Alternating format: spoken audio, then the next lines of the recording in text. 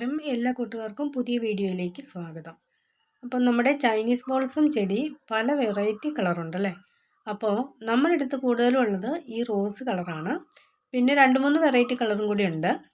അപ്പോൾ നമുക്ക് ഒരു 2 തരം കളറുണ്ടെങ്കിൽ വേറൊരു വ്യത്യസ്തമായ കളറ് എങ്ങനെ ഒരു ചെടിയിൽ തന്നെ ഉണ്ടാക്കിയെടുക്കാമെന്നാണ് നമ്മുടെ ഇന്നത്തെ വീഡിയോയിൽ പറയുന്നത്.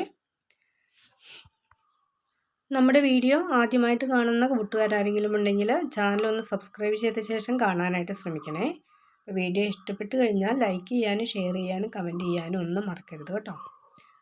അപ്പോൾ നമുക്ക് ഇതിൽ നിന്ന് 2 തരം കളറ് സെലക്ട് ചെയ്തെടുക്കാം. അപ്പോൾ ഞാനിപ്പോൾ റോസ് കളറ് നിന്നാണ് ഒരു കമ്പ് മുറിച്ചെടുക്കാനായിട്ട് പോകുന്നത്. നമ്മൾ ഒരു തണ്ട് കട്ട് ചെയ്ത ശേഷം മറ്റൊരു തണ്ടിലേക്ക് അത് വച്ച് പിടിപ്പിക്കുകയാണ് ചെയ്യുന്നത്. അപ്പോൾ നമ്മൾ മുറിച്ചെടുക്കാനായിട്ട് സെലക്ട് ചെയ്യുന്ന തണ്ട് ചെറുതായിരിക്കണം. നമ്മൾ വച്ച് പിടിപ്പിക്കുന്ന തണ്ട് ആ മുറിച്ചെടുക്കുന്ന തണ്ടിലെ കഴിഞ്ഞും ഒരല്പം കൂടെ വലുതുമായിരിക്കണം.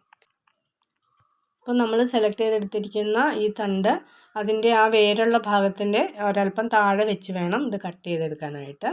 ഇനി നമുക്ക് ആ വേരുള്ള ഭാഗത്തിൻ്റെ താഴ്ഭാഗത്തേക്ക് ഒരല്പം ചെരിച്ചതൊന്ന് മുറിച്ചെടുക്കണം. അപ്പോൾ നമ്മൾ ഇത് ചെരിച്ച് മുറിച്ചെടുത്ത ശേഷം മറ്റൊരു തണ്ടിലേക്കാണ് വെച്ച് പിടിപ്പിക്കുന്നത്. അപ്പോൾ ഒരു മജന്ത കളർ പൂ വരുന്ന ഒരു തണ്ടാണ് ഇപ്പോൾ സെലക്ട് ചെയ്തേക്കുന്നത്.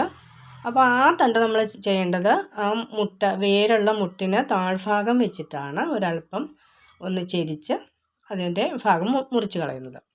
ഇനി നമുക്ക് മുറിച്ചെടുത്ത ആ തണ്ട് അതിലേക്ക് വെച്ച് കൊടുക്കണം. വെച്ച് കൊടുത്തിട്ട് നമുക്കൊരു ടിഷ്യൂവോ കോട്ടൺ തുണിയോ അല്ലെങ്കിൽ പ്ലാസ്റ്റിക് ആയാലും മതി.